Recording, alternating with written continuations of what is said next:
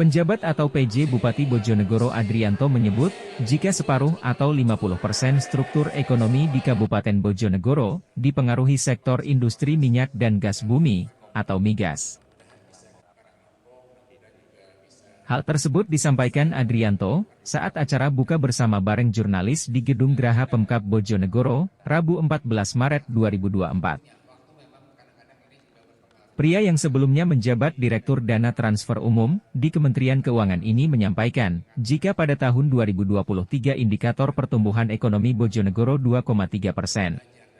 Hal itu disebut lebih baik jika disebanding tahun 2022 yang mengalami minus hingga 6%. Itu disebut tak lepas dari gejolak industri sektor minyak dan gas di Bojonegoro.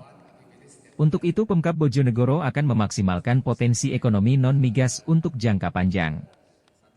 Kalau indikator ekonomi misalnya, di 2023 itu kita berhasil ekonomi tumbuh pada angka sekitar 2,3%. Jadi memperhitungkan migas.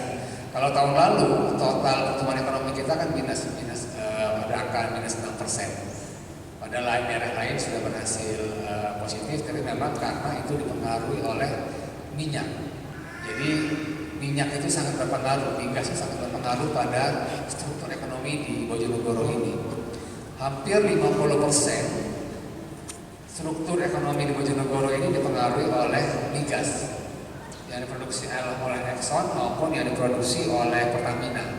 Jadi kalau produksinya Exxon dan Pertamina itu turun, pasti akan turun itu pertumbuhan ekonomi kita. Makanya tidak heran di 2022 itu karena permintaannya turun, harganya naik, tapi produksinya turun, pertumbuhan ekonomi kita melambat. Nah, alhamdulillah walaupun di 2023 produksinya bergerak juga mulai turun, tetapi sektor yang lain juga mulai membaik. Sektor-sektor ekonomi non migas sudah mulai membaik. Nah, inilah yang terus kita coba lakukan, mengembangkan sektor-sektor ekonomi, industri yang punya potensi di lokal untuk terus tumbuh.